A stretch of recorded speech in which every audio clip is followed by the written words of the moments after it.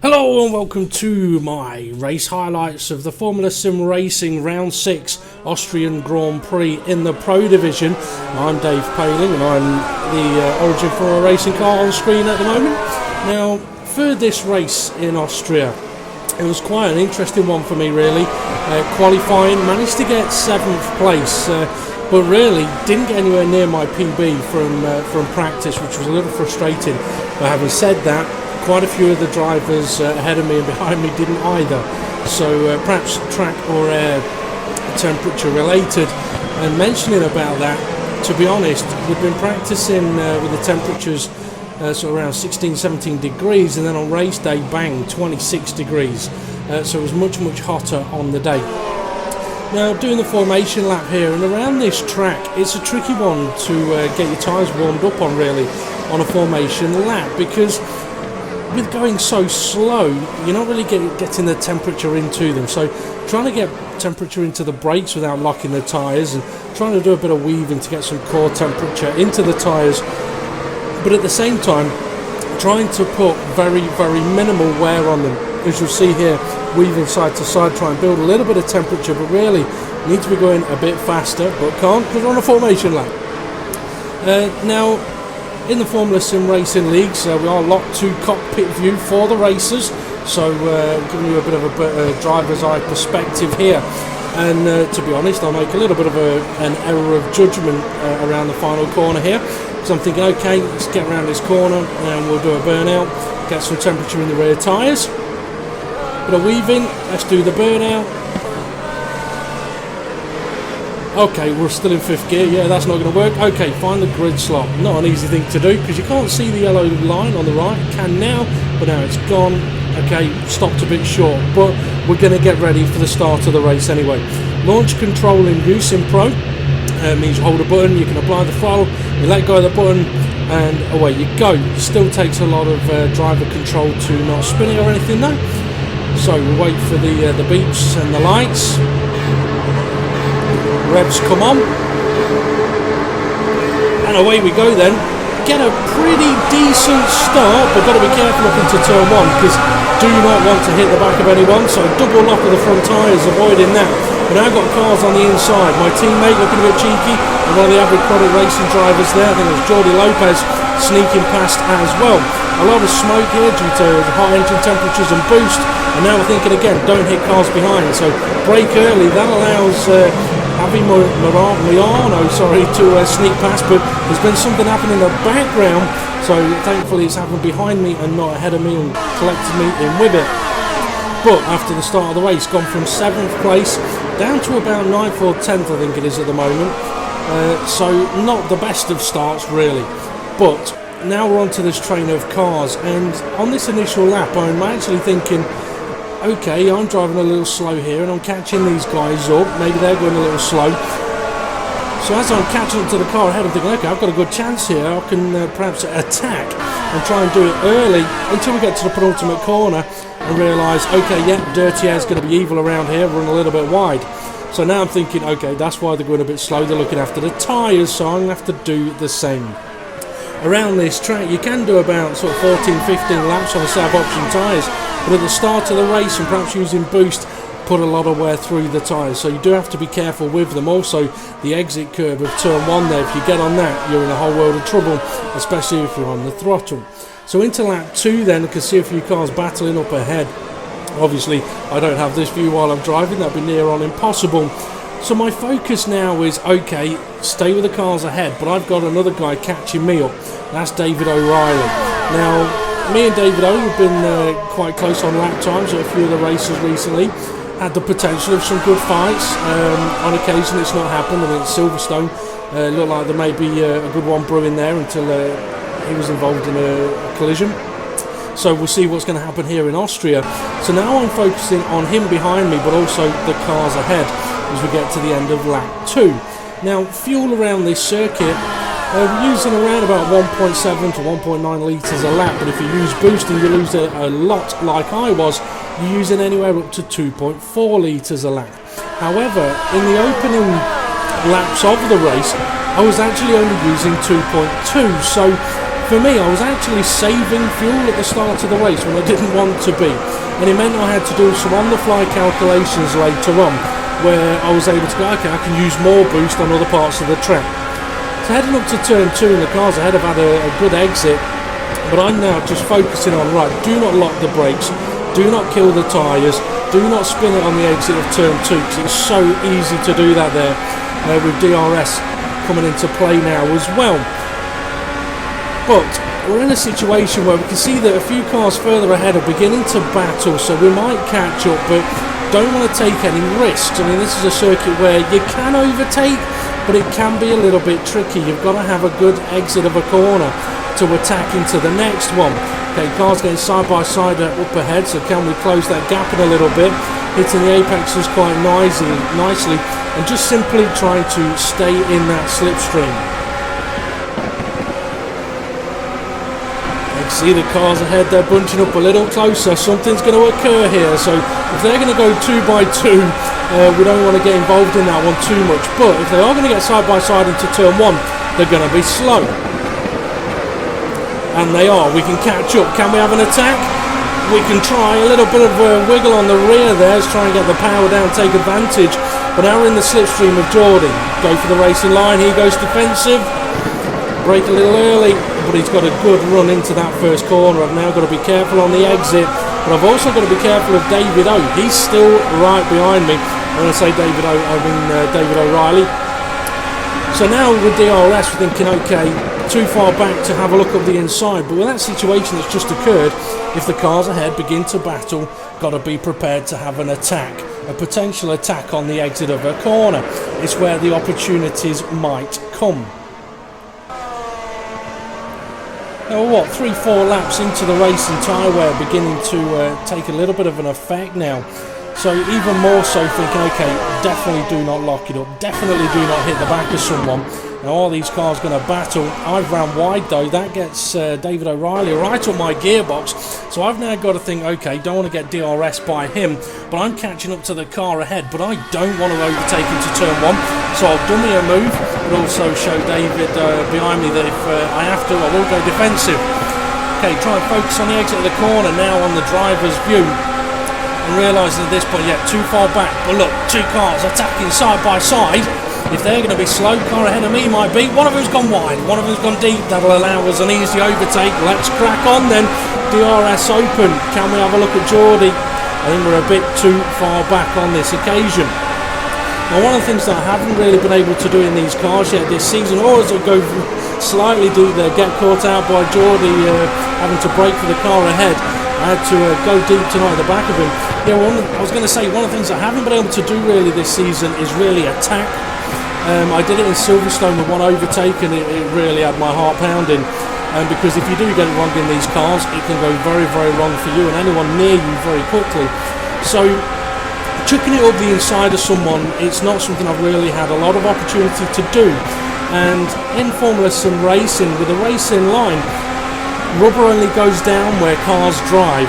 So if you're going to chuck it up the inside of, say, turn 1, there's not a lot of grip there. If you're going to do it up the inside of turn 2, there'll be a bit more grip than turn 1, because a few cars may have driven there, but still not as much as on the racing line. So if you are going to chuck it up the inside, you do have to be careful. So now I'm sitting back and watching Geordie having a look at the car ahead of him and thinking, okay, you're going to have attack, you're going to have a slow each other down. David O'Reilly behind me, he's now got a car behind him, so I can relax from being attacked from behind for the moment and start thinking about, okay, what's going to happen here? What am I going to do for the whole of this race? It's a 54 lap race. We've got to think about strategy.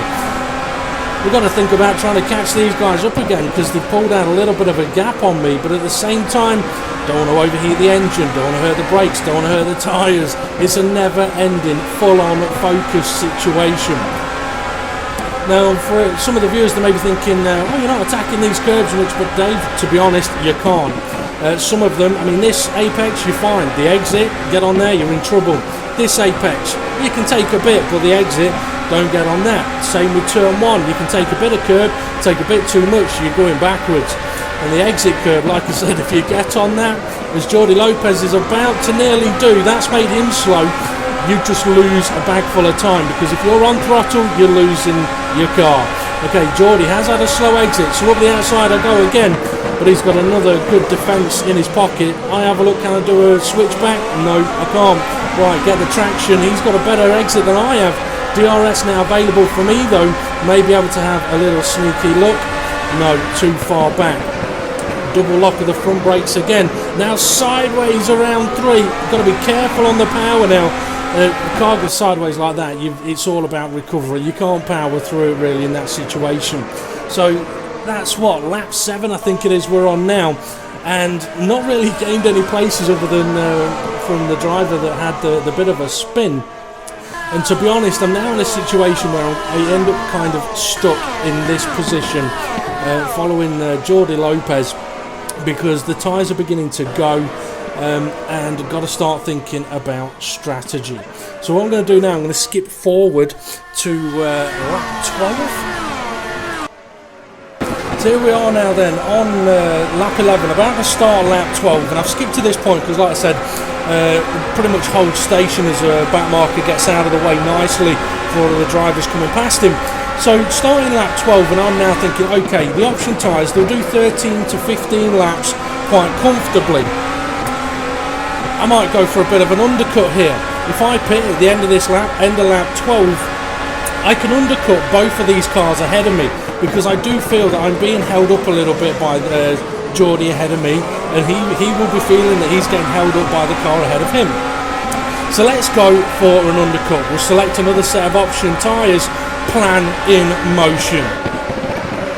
So coming down into turn 3, run a little bit wide, touch the curb, and away we go. Plan now out of the window. I'm now holding position as well, because I'm thinking I can hear cars coming, don't want to reverse into the track. Back it up a bit, hit the wall, managed to get away without damaging the front wing there, but now I am fuming. So I'll have a quick look at the replay here. Go a little bit deep into turn 3, and then you'll see I just touch the curb and bounce away. I'm gone into the barrier. I'm now having to let quite a few cars come past me, and that's a little bit painful. But yeah, I mean, clipped the barrier, managed to get away with no damage, but now I'm thinking, okay, yeah, well, we're not undercutting anybody on this lap, but we're going to pit anyway. We're gonna stick to the plan now, and possibly even switch up to a 3-stop strategy. Pitting at this point, I was still planning on doing a 2-stop and looking after my primes a little later in the race to take them longer. Do a longer stint on options and another long stint on primes. But now I'm thinking, well, I've lost a load of positions, I'm kind of out of it. Right, we'll go for the pits. And it's a different pit entry here than is used on F1 Codemasters games. And I mention that because I have come from console racing really. So slightly different pit entry, get it slowed down, pit limiter on, have a look for my lollipop man, although you won't see him on this view. Get it stopped in the box and get those tyres changed. And at this point I am just sort of banging my head against the steering wheel, and now I'm thinking, right, do not spin it getting off the line here, get the pit limiter off and do not hit the barrier on the way out. The pits here, I'm going very, very cautiously now, because effectively my race is over from where I really could have finished. And now I'm into, okay, it's time to recover. So now I've got a brand new set of option tyres on, and I'm thinking, okay, I've just done 12 laps on that set. I can do another 12 laps on this set, or I could perhaps eke them out a little bit longer. If I remember rightly, I take this particular set of option tyres up to lap 26, I think it was. So I do take them sort of 14 laps on this particular stint. Now for a lot of this stint, it's just about sort of gaining some time back now. I'll be quicker than anyone that is now pitting or hasn't pitted yet, but at the same time I've lost a hell of a lot of time during that spin. Like I say, thankfully no damage, but I'm in a situation at this time where I'm thinking, okay, if I drive angry I'm not going to do well, but I've kind of got to push it now. I've got to make the most of this situation. Brand new tyres, clean air, no cars around me, take full advantage of it. If I remember rightly, this lap I'm actually putting in now was at the time the fastest lap of the race. I think it was a 109.5, which for me wasn't too bad really. It does get beaten a little later on by a few drivers, But with the strategy I end up going for, it does mean that I am able to pump in some fairly decent lap times. Now, you can see how far away the car is that's next up the road. I see a glimpse of them on occasion. So I've got a bit of a visual marker as to who's ahead of me, who I'm trying to catch. But in my mind, I'm thinking, okay, well, the car that was right behind me when I had my spin was David O'Reilly. So on the timing screens that we've got, I'm actually looking at, okay, where's David O'Reilly? How far behind him am I? How much time have I lost? He's now my target. Sorry, Dave, but you were.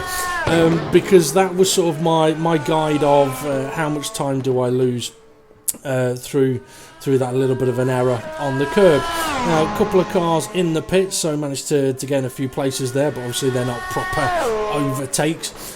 However, I do actually manage to get a few proper overtakes done in this race. I mentioned that Silverstone got one done. Well, that's not quite a proper one. Unfortunately, I think that might be a back marker there, but he's also lost his front wing, so I don't really count that as an overtake.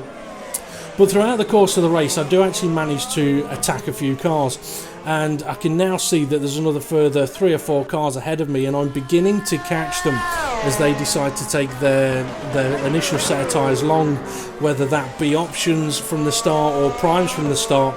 But I don't care what tyres they're on, to be honest. I'm just thinking, right, let's pump in some lap times. I want to see the timing gap between us drop. That's all I'm focused on. So absolutely sort of hammering it a bit now, really trying to push it as hard as I can, but constantly thinking, do not balls it up. Because the last thing, I mean, when you're racing in these cars, there's a couple of the guys that were ahead of me now pit, and that actually sort of reinforces what I'm doing at the moment. I think, okay, they've pitted, I've already pitted, I'm right behind them, we're sort of level on stops effectively, and they're behind me, and a couple more on the exit of the corner as well. At this point I'm thinking, right, boost it hard, because I do not want him overtaking me as he's just come out of the pits. But his tyres are going to be cold, so for him to have an overtake is going to be risky as he wiggles into the corner. And you may notice as well, as he wiggles on the exit of the corner, he'll have DRS, but he is on the prime tyres, and I do manage to spot that he's on the primes. So I'm thinking, okay, don't worry too much about him, just focus on my own driving, let the tyres do the talking, I'll open up that gap. So yeah, I was saying that these cars, I mean, you can quite comfortably push them if you've got your setup right, but you can ride a curb all day long and then you go a millimetre further on that curb and you could be upside down or flying, or even manage to end up outside the confines of the track. Now the car behind me is actually going to disappear in the background on my view in a moment. There you go, he's spinning and off he goes to find the big hole that was in the corner of the grounds there, which we didn't know about until after the race. But there was a big hole there that I think his car actually fell down, which, sorry, it is kind of amusing. It's horrible to whoever it happens to, but at the same time a little bit funny. So now obviously we've done a few more laps. The car behind is no longer a threat, he's disappeared. Cars ahead, that's what I'm focusing on. Now at this point I don't know if they're on options, primes, worn tyres. I won't really know until I get closer to them, but I am beginning to really close in that gap on him now, which means could give me an opportunity to attack. Now I am going to skip this forward a little bit. Right, I've skipped on another 2 laps now into the race, and you can see that I have really closed in the gap on the car ahead of me. Apologies, I'm not sure exactly which driver it is. The way I recorded the race, I should have done it better, but I mean, recording FSR stuff is a little bit new to me with how I used to the replay systems and so on. But I am now, I've really closed in this gap, and the potential of DRS is coming very soon. And having closed in the gap, I know there's a damn good opportunity to overtake here. Can now see he's on prime tyres. They're going to be very worn if he's been on them since the start. And if he hasn't been on them since the start, I'm quicker than him. So we have a look. He defends into turn 3 quite nicely. So we have a look. Can we switch underneath him? Go for a better exit on the better tyres. Get up alongside. Can we go around the outside? It'd be a bit risky. But if we can have a good exit here of turn 4, which we have done, we can sneak on through, give him a bit of room in 5, but he's now already behind. Position gained. a lovely little overtake there, one I'm quite happy with, so we'll have a look at a replay of that one. Now I've taken the footage back quite a way so you can see that I do get very, very close. I have got DRS here, and I am thinking about having an attack down the inside, but with him defending the inside, so okay, I'll just stick to the racing line. I'll look after my tyres and see if I can get him on the switch back here. Being cautious on the throttle now. Last thing I want to do is spin it like earlier.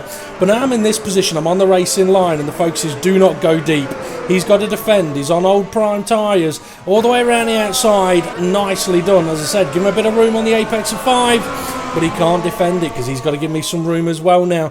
Position gained, and now you see how quickly I've opened up that gap on him, and that's the gap that I want to create because of him having DRS down at the start finish, so I don't want him to attack me back even if he's on older tyres.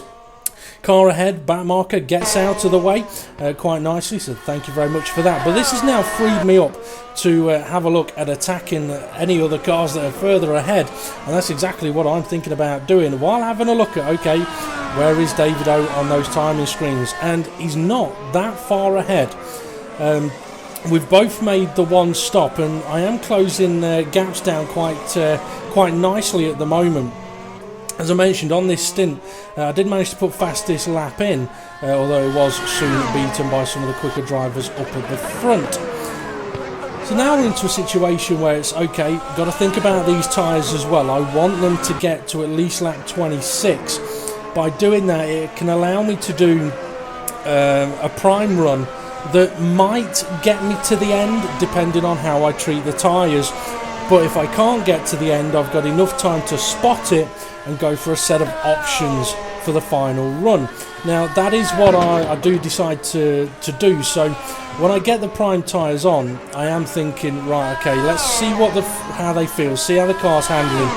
And when I realised it was handling nice, I absolutely batter it. Now that's not usually how I would drive or treat tyres, but knowing I was going to be doing a short stint on it, that's exactly what I decided to do. So right, let's take as much out of these tyres as I can, because if I'm going to do the extra stop, I really need to make it work. You can see again that I'm now catching up another car ahead of me, and I'm thinking, right, this is another one for position. Now one thing I will do when I record future races is I'm not going to add on what lap we're on or what position I'm in. I'll just leave the border that we get in the FSR replay that gives that information, because it will make it a hell of a lot easier for myself and for anyone that's viewing to know exactly what lap we're on and what position I'm in. But at this point of the race, I mean, my option tyres are still handling fairly nicely, but I know that they are getting closer and closer and closer to the edge of their life. But even though they are getting close to the end of what they're going to be capable of, I'm still catching the car ahead, so that's still my focus, to really gain as many places as I can and enjoy it. I must admit, I was enjoying it. For some reason, so far this season in FSR, I wouldn't say I found the car difficult to drive, but it's not an easy car to drive. There's no doubting about that. But at Silverstone, I felt a lot more comfortable with the car. Here, though, it was like I was in a completely different car. I really was comfortable in it. I was able to push it, and I was really beginning to enjoy this particular race. And again, I mean, you can see the gap closing down to the car ahead, and going through my mind is, are they struggling, are they looking after tyres? It doesn't matter, the time's coming down, and just ahead of this guy is another guy, so if we can get past this car, maybe we can get past that car as well. But it turns out that the car just ahead of my fellow competitor here is a back marker, and they get out of the way in a moment. But the car ahead of me definitely beginning to struggle on their tyres, gets on the exit curb. I'm now in DRS range. This gives me a chance to really close in the gap heading up to turn 1. Now if he's struggling on his tyres, he's going to struggle at turn 1. I run a little bit wide, avoid the exit curb like the plague. Back marker's getting out of the way, but I'm in the slipstream, and I know I've got a better run on this guy into the braking zone. Braking early to make sure I'm not locking it up and losing time, but now I've got to get on the power early. DRS available, DRS open. He's had a good exit, but we've got much better speed, He's not defending. He's not defending. So we're going to have a look at the inside. Not a dive bomb, just taking it cautiously on the brakes, but able to sneak through, making sure that he's not side by side with me, giving him room. He's not there, so we can just now move on. Position gained. And now we do have some information, so that's lap 23. As I rewind it to show you the replay. So yeah, we're on lap 23 now, so I've got another 3 laps to go on this particular set of tyres. So I'm trying to take opportunities as quickly as I can. Totally focusing on not losing the rear on the exit of turn 2 there with DRS and slipstream.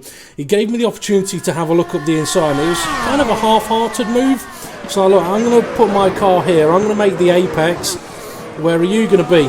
The answer is slightly behind me. So that allows me to make the move up into that position. Now, I will just say, if any of the FSR guys are watching this thinking, your commentary's not very good, Dave, I don't commentate like this. Trust me. I'm much more prepared. I'm just sitting here chatting about while I'm racing. Or about my racing, I should say. So yeah, we've got another 3 laps then until we go for the prime tyre. So I'm going to skip the video on closer to that point. So now we're on to lap 26, and it's time to get rid of these option tyres. They've done their job. They've done all I'm going to ask them to do. So now it's a case of do not smash the car up on the way into the pits. Do not speed in the pit lane either, because I have done that once this season and it's painful knowing that you've got to just go and drive through the pit lane for no gain, just pain. So now I'll make our way to the pit box, get it stopped, get those tyres changed, and now be careful on these the harder compound medium tyre, because the pit exit is difficult enough as it is, but when you've been running option tyres, you go onto the mediums, they do have a little less grip. But now we can exit the pits, and now we're into a stint of batter these tyres. Bit of engine smoke there. For some reason, well, I say for some reason, the engines, they're not fan cooled, they're only air cooled. So when you sat there in the pit lane, they do tend to get a little bit hot to the engines.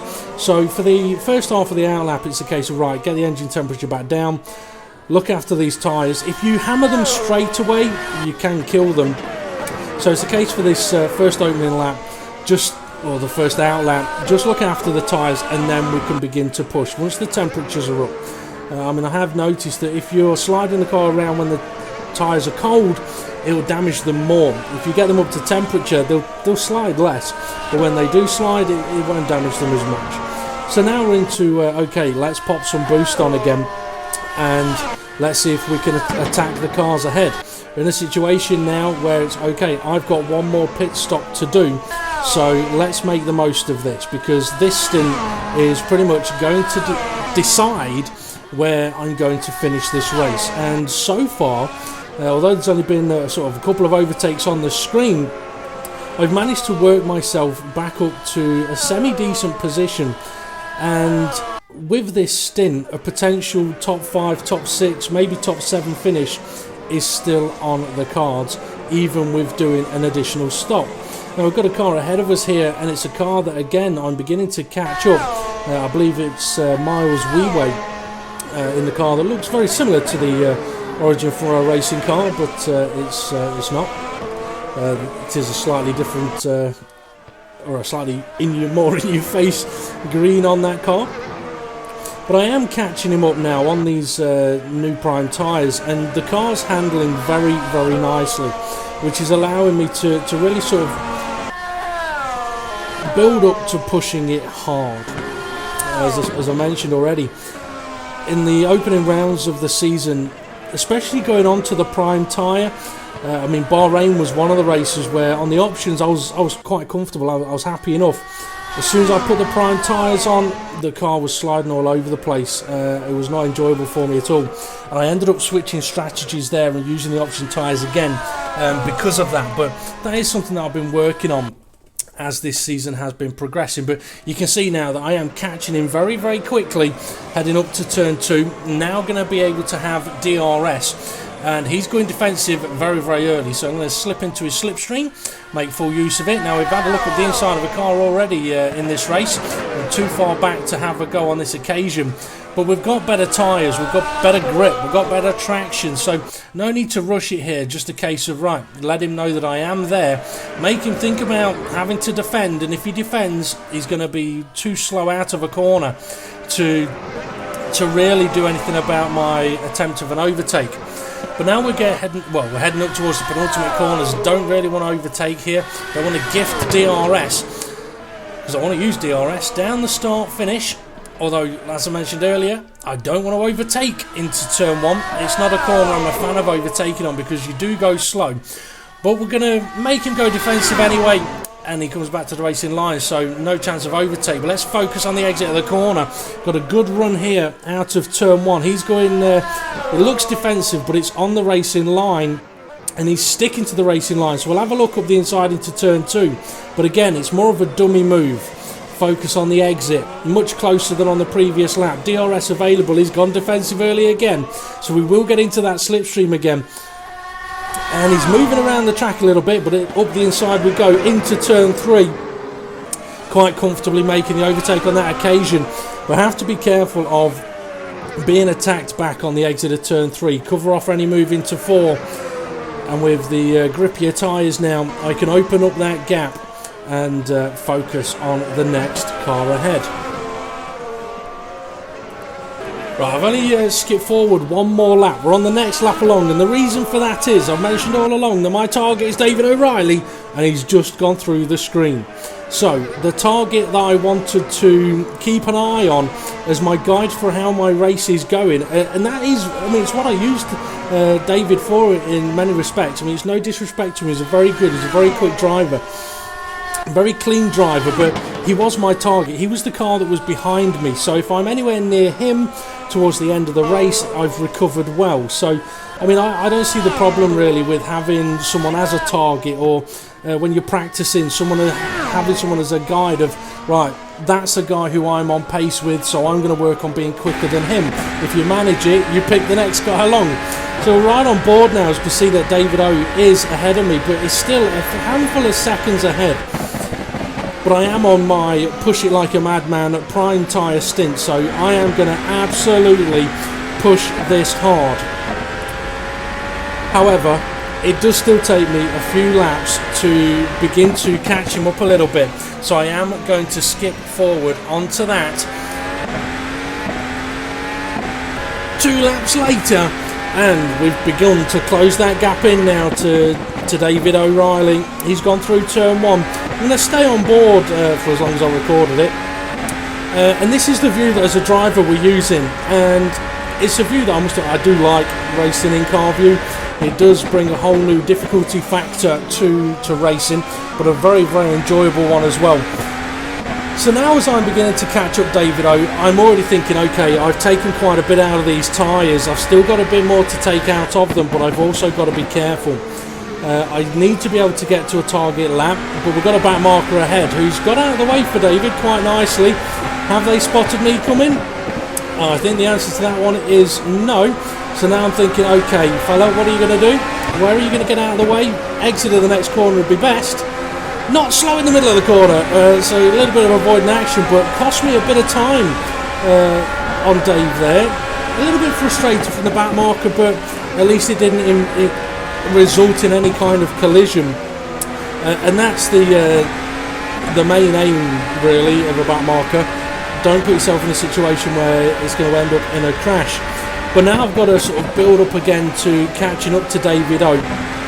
So it's going to take another maybe lap or 2 to really get close to have any kind of attack. So I'm going to, well, let's see how we get on in the braking zone up here into turn 2. Braking zones being a good example of level of grip on the tyres. It does appear that I am catching up into the braking zones, but I am also using a lot more boost than David. I mean, I had enough fuel on my car to use boost at least 3 times a lap, every lap. And as I mentioned earlier on, doing a bit of fuel saving, or unintentional fuel saving earlier on, did allow me to boost a lot more. I mean, for example, I'd come around turns 5 and 6, turns 7 and 8, and I was applying my boost here, whereas for what I'd allocated my fuel for, I wasn't boosting until after the final corner. So I was able to boost around these the penultimate corner, the final corner, and every time I did, it did allow me to catch up to Dave a little bit more.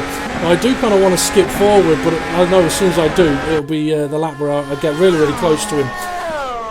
And I must admit, I have quite a bit of respect for David O. He's a nice guy, a clean driver. And I think in many respects, when it comes to racing multiplayers or online, it doesn't matter if it's in competitive leagues or just with your mates, the one thing that you want to be able to have is a little bit of space on track, a little bit of mutual respect. I mean, the way I see it is you give someone a little bit of space and all of a sudden you're involved in great racing.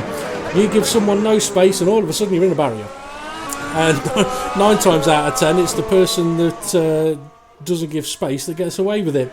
But okay, now we're into the clutches of David O'Reilly ahead. Now I must admit, the closer I got to it, one of the things that started to grab my attention was most of the drivers on the back of the rear wing have their name.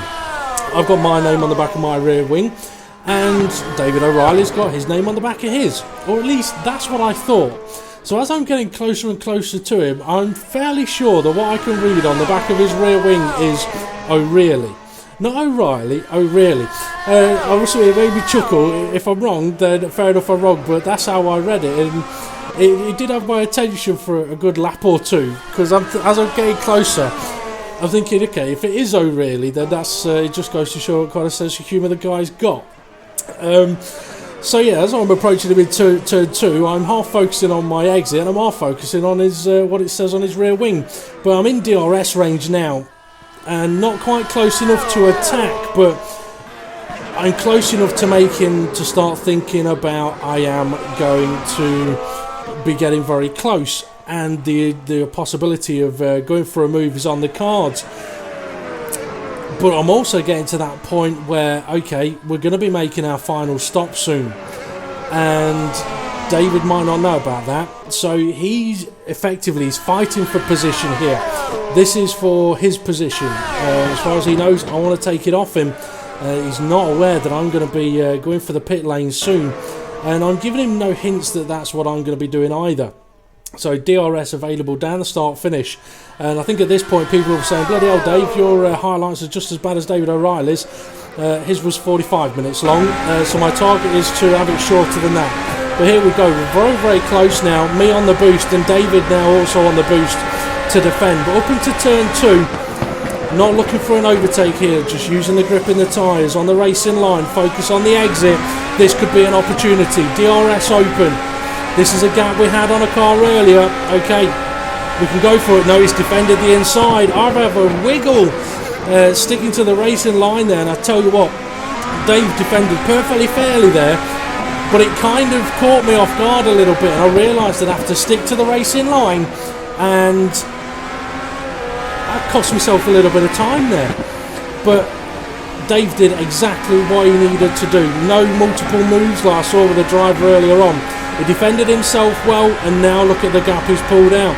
I think he actually broke the DRS gap, but I am able to catch up again through turns, or the final 2 turns. But I am now going to skip.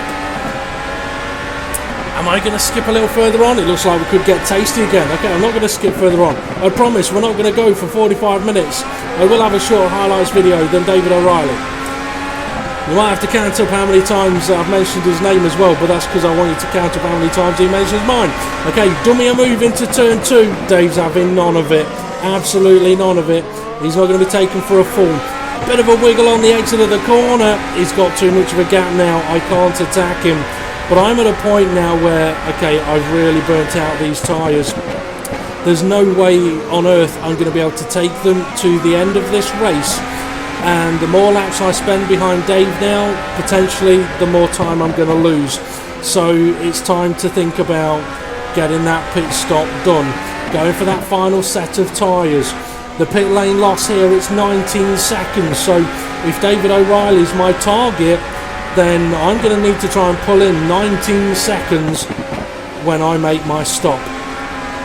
And I make that pit stop now. So we're on lap 40, I think it is, a 54 lap race, 40, 41, we're making our final stop for a set of option tyres. I've enjoyed the race so far up to here, but now is the biggest challenge of it all. We've got a brand new set of option tyres, we've got cars passing us while we're in the pits. There's a lot to be done here, while I'm going to be trying to make up 19 seconds. Got a car coming around the first corner, get out ahead of them, and now we can focus on the challenge ahead. I've moved on to lap 51 now, the start of lap 51. The car ahead is a car for position, and I believe it's Javi Mayano. He was a good 10-12 seconds ahead of me when I made my pit stop, so it's taken me 9 laps to catch him up, and he's on a set of option tyres as well. So we're on similar tyres. It's all about what level of grip we've got and how quick we can go now.